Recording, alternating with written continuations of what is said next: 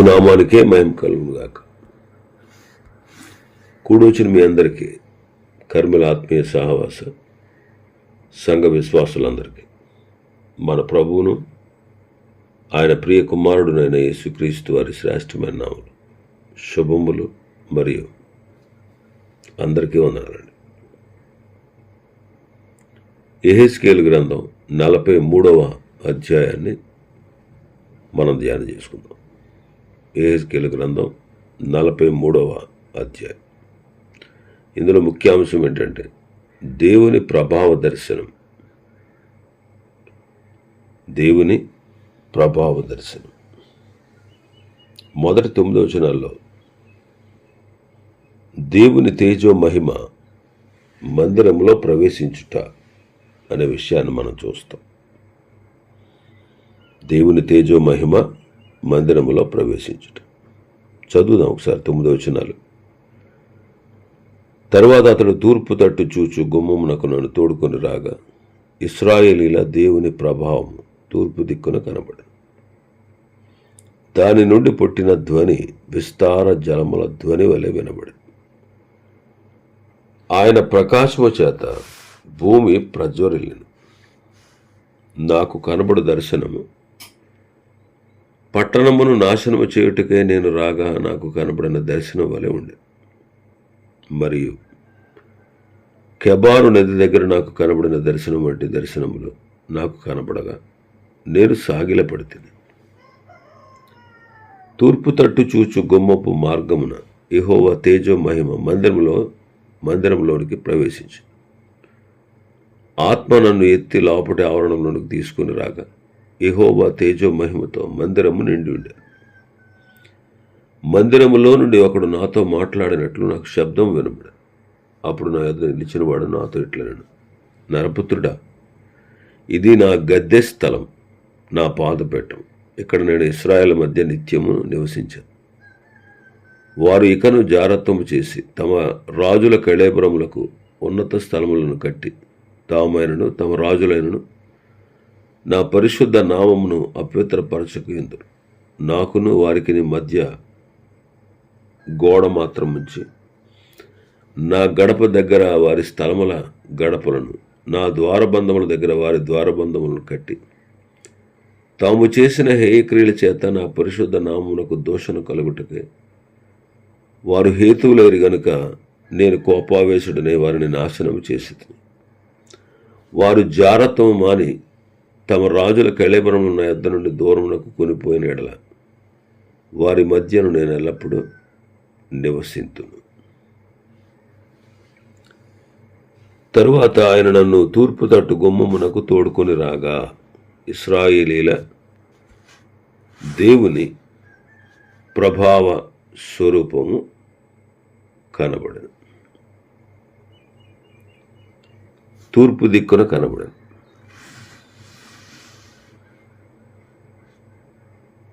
భక్తులు ఆయా సమయాల్లో దేవుని ప్రభావాన్ని చూశారు.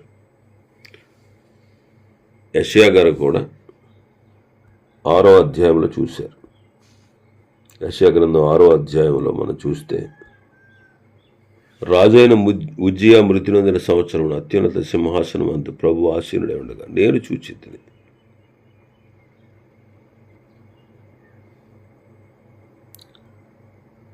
ప్రకటన గ్రంథం 21వ అధ్యాయంలో కూడా మనం యోహాను గారు చూసినట్టు మనం చూస్తాం. అంతటా నేను క్రొత్త ఆకాశమును క్రొత్త భూమిని చూచితిని. మొదటి ఆకాశం మొదటి భూమి గతించిపోయాను. మరియు నూతనమైన యెరూషలేము అనే పరిశుద్ధ పట్టణము తన భర్త కొరకు అలంకరింపబడిన పెండ్లి కుమార్తెలు సిద్ధపడి పరలోకమందున దేవుని యొద్ద నుండి దిగి వచ్చుట చూచితిని. ఇదిగో దేవుని నివాసము మనుషులతో కూడా ఉన్నది. ఆయన వారితో కాపురముండును. వారు ఆయన ప్రజలయందురు. దేవుడు తానే వారి దేవుడై ఉండి వారికి తోడయుండు. ఇంకా మనం చూస్తే మన భాగంలో దాని నుండి పుట్టిన ధ్వని విస్తార జలముల ధ్వని వలె ఉండెను. మన ప్రభు యొక్క స్వరము అలాంటిది. ప్రభువైన యేసుక్రీస్తు వారు మొదటి రాకడలో గొర్రెపిల్లగా వచ్చారు. రెండవ రాకడలో కొదమ సింహముగా రానే ఉన్నారు. మొదటిసారి రక్షకుడుగా వచ్చారు, రెండవసారి తీర్పరిగా రానే ఉన్నాడు. సారీ అండి. గనుక ఆయన గంభీరమైన స్వరము కలిగి తీర్పు తీర్చనే ఉన్నాడు. ఆయన ప్రకాశము చేత భూమి ప్రజ్వరిల్లదు. 2వ వచనం, మన ప్రభువు వెలుగై ఉన్నారు.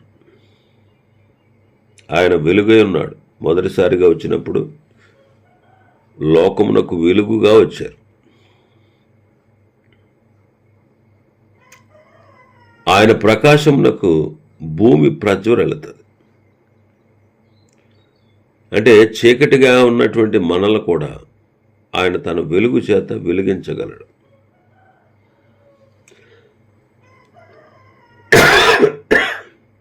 సారీ అండి. కాబట్టి చీకటిలో నుండి ఆశ్చర్యకరమైన తన వెలుగులోనికి ఆయన మనల్ని పిలిపించారు. కాబట్టి వెలిగించబడినటువంటి మనము సమస్త విధమైన మంచితనము కలిగి నడుచుకోవాలి.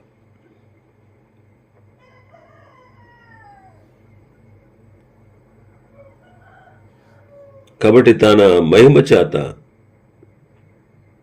ఆ భూమి ప్రకాశిస్తూ ఉంది. అలాగే మనం కూడా దేవుని సహవాసంలో కాలం గడిపి దేవుని మహిమతో మనం పనిచేస్తే అనేక మంది వెలిగించబడి రక్షించబడుటకు కారణమవుతుంది.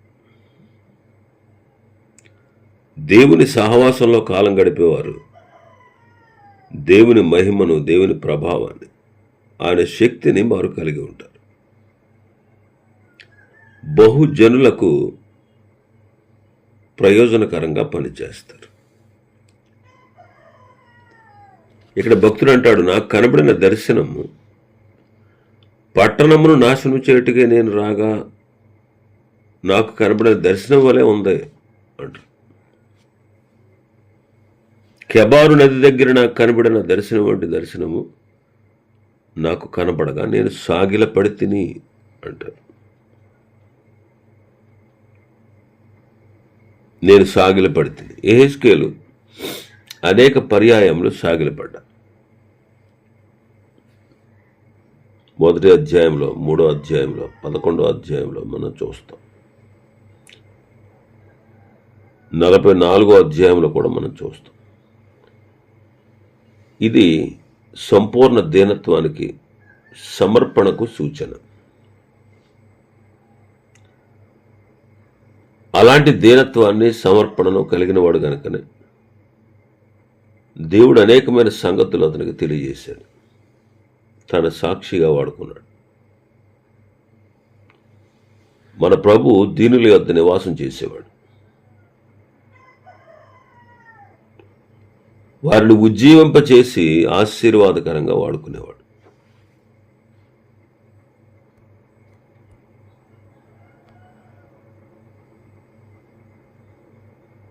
మహాగణుడు, మహోన్నతుడు, పరిశుద్ధుడు, నిత్య నివాసి అయిన వాడు ఇలాగ సెలవిచ్చుచున్నాడు, నేను మహోన్నతమైన పరిశుద్ధ స్థలములో నివసించేవాడను, అయినను వినయము గలవారిని ప్రాణమును ఉజ్జీవింపచేయుట, నలిగిన వారి ప్రాణమును ఉజ్జీవింపచేయుటకును, వినయము గలవారి యొద్దను, దీన మనస్సు గలవారి యొద్దను నివసించుచున్నాను. కాబట్టి ఇది సంపూర్ణ దీనత్వాన్ని, సమర్పణను సూచిస్తూ ఉంది. దీనుల యొద్ద మాత్రమే ఆయన నివసిస్తారు, ఎందుకంటే వారిని ఉజ్జీవింపచేయటం.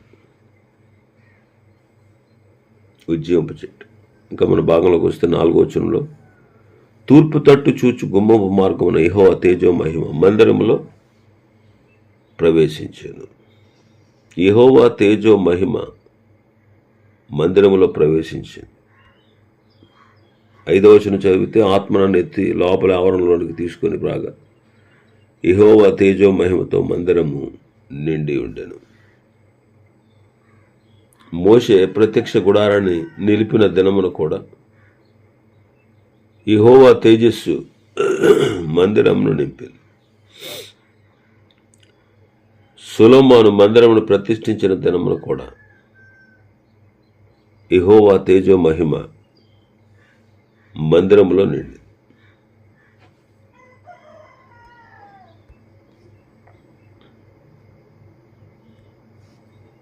నిర్గమకాండం 40 అధ్యాయం 34 35. అప్పుడు మేఘము ప్రత్యక్ష గుడారమును కమ్మగా యెహోవా తేజస్సు మందిరమును నింపెను. ఆ మేఘము మందిరం మీద నిలుచుట చేత మందిరము యెహోవా తేజస్సుతో నిండిన గనుక మోషే ప్రత్యక్ష గుడారంలోనికి వెళ్ళలేకుండా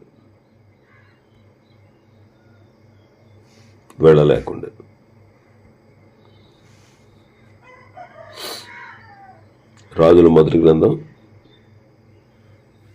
8వ అధ్యాయం 10-11. యాజకులు పరిశుద్ధ స్థలంలో నుండి బయటకు వచ్చినప్పుడు మేఘం యెహోవా మందిరము నింపెను. కాబట్టి యెహోవా తేజో మహిమ యెహోవా మందిరములో నిండుకొనగా ఆ మేఘమున్న హేతువు చేత యాజకులు సేవ చేయుటకు నిలువలేకపోయారు. అయితే ఇశ్రాయేలీయులు పాపముతో నిండి ఉండగా యెహోవా మహిమ పట్టణాన్ని విడిచిపోయినట్టు మనం 11వ అధ్యాయంలో ధ్యానం చేశాం. యెహెజ్కేలు గ్రంథం 11:24. కాబట్టి పాపమును బట్టి వారు దేవుని యొక్క మహిమను కోల్పోయారు.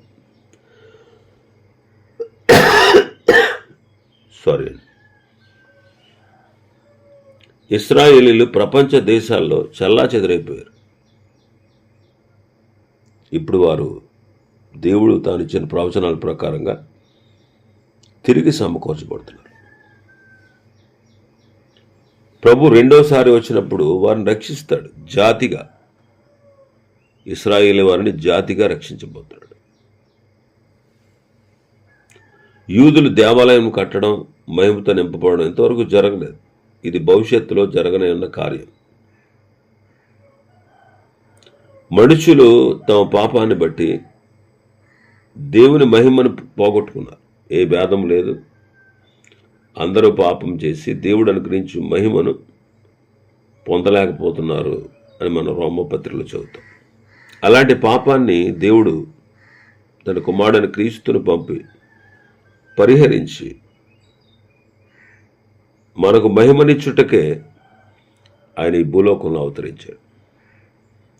మన కొరకు శ్రమలు పొంది మరణించి తిరిగి లేచాడు. సువార్తను విని క్రీస్తునందు విశ్వాసం ఉంచితే ఆయన రక్షించి తన మహిమనిస్తాడు.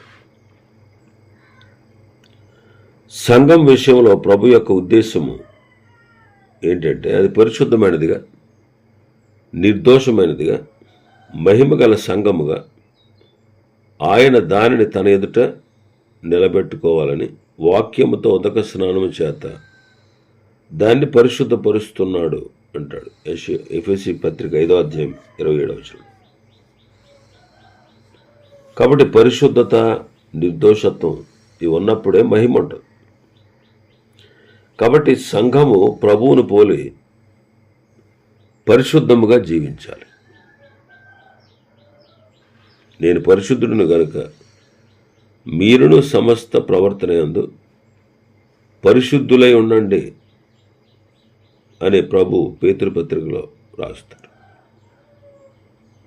ఇంకా మనం చూస్తే 6వ వచనం, మందిరంలో నుండి ఒకడు నాతో మాట్లాడినట్టు నాకు శబ్దం వినబడను. అప్పుడు నా యొద్ద నిలిచిన వాడు నాతో ఇట్లనన్నాడు. ఇది దేవుని శబ్దం.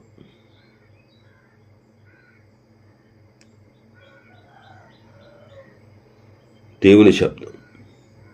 అప్పుడు అతని యొద్ద నిలిచిన వాడు నాతో ఇట్లనను, నరపుత్రుడా, ఇది నా గద్దె స్థలము, నా పాదపీఠము. ఇక్కడ నేను ఇశ్రాయేలు మధ్య నిత్యము నివసించదను.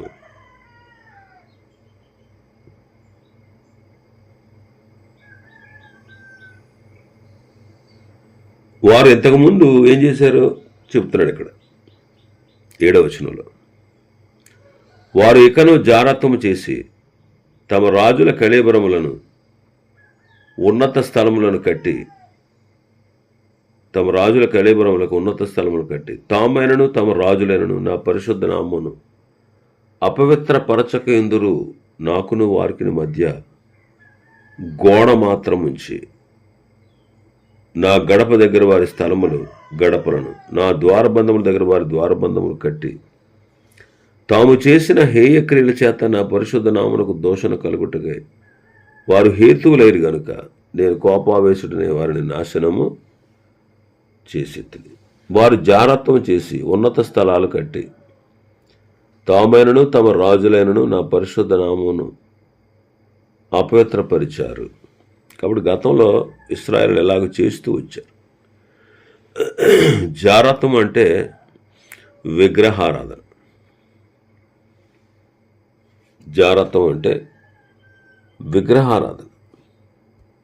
విగ్రహారాధన అనమాట. రాళ్లతో ముద్దులతో వారు వ్యభిచారం చేశారు, దేశాన్ని అపవిత్రపరిచారు అంటాడు ఇర్మియా గ్రంథం 3:9. అలా చేసి దేవుని నామమునకు అపవిత్ర కలుగు చేశారు, ఆయన నామము దూషించబడేటట్లు చేశారు. కాబట్టి ఈ గ్రంథంలో మనం ధ్యానించినట్టు వ్యభిచారము అంటే విగ్రహారాధనని. వ్యభిచారము అంటే వాళ్ళు దేవుని మీద ఆధారపడకుండా ఇతర రాజుల మీద ఆధారపడడం వ్యభిచారం అని మనం గతంలో ధ్యానించాం. ఇంకా వాళ్ళు తమ హృదయాల్లో విగ్రహాలు పెట్టుకున్నారు. విగ్రహాలు వారి హృదయాల్లో ఉంచుకుని దేవుని వద్ద విచారణ చేయడానికి వచ్చేవారు.